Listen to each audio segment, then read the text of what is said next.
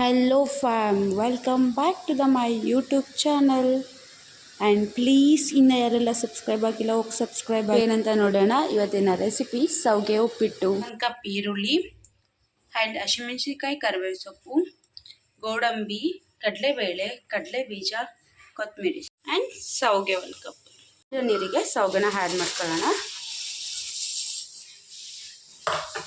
Add ಆದಮೇಲೆ 1 ಇಂದ 1.5 ನಿಮಿಷ ಇದನ್ನ ಬಾಯ್ಲ್ ಆಗಲಿಕ್ಕೆ ಬಿಡೋಣ. ಅದು ಬಾಯ್ಲ್ ಆಗೋಷ್ಟರೊಳಗಡೆ ಚಟ್ನಿಗೆ ಏನೇನು ಐಟಮ್ ಬೇಕಂತ ನೋಡೋಣ.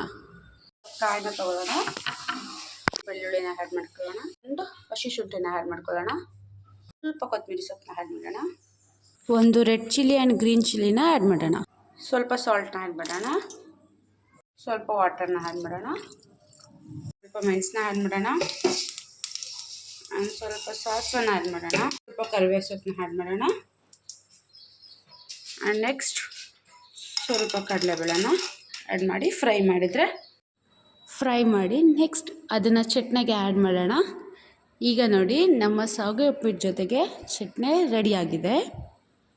1.5 ನಿಮಿಷ ಕುಕ್ ಮಾಡೋಕ್ಕಿಟ್ಟಂಥ ಸೌಗೆನ ಇವಾಗ ಸೋರಿಸ್ಕೊಳ್ಳೋಣ. ಬೆಂದಿರುತ್ತೆ, 1.5 ನಿಮಿಷನೇ ಸಾಕಾಗುತ್ತೆ.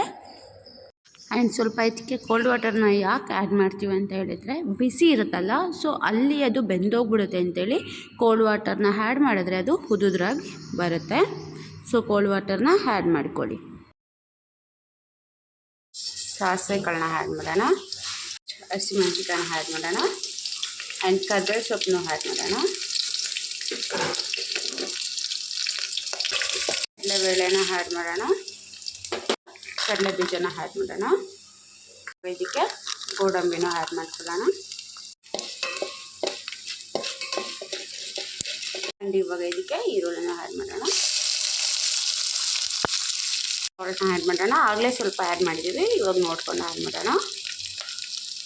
ಇದನ್ನು ಹೀಗೆ ಫ್ರೈ ಮಾಡೋಣ. ಇವಾಗ ಇದಕ್ಕೆ ಅರಿಶಿಣದ ಪುಡಿನ ಆ್ಯಡ್ ಮಾಡೋಣ, 1 ಸ್ಪೂನ್ನಷ್ಟು.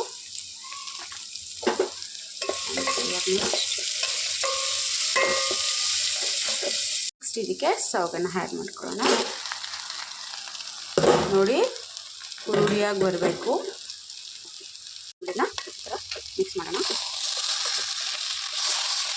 ಚೆನ್ನಾಗಿ ಲೋ ಫ್ಲೇಮಲ್ಲಿಟ್ಟು ಮಿಕ್ಸ್ ಮಾಡೋಣ. ನೋಡಿ ಇದೇ ಥರ ಬರಬೇಕು.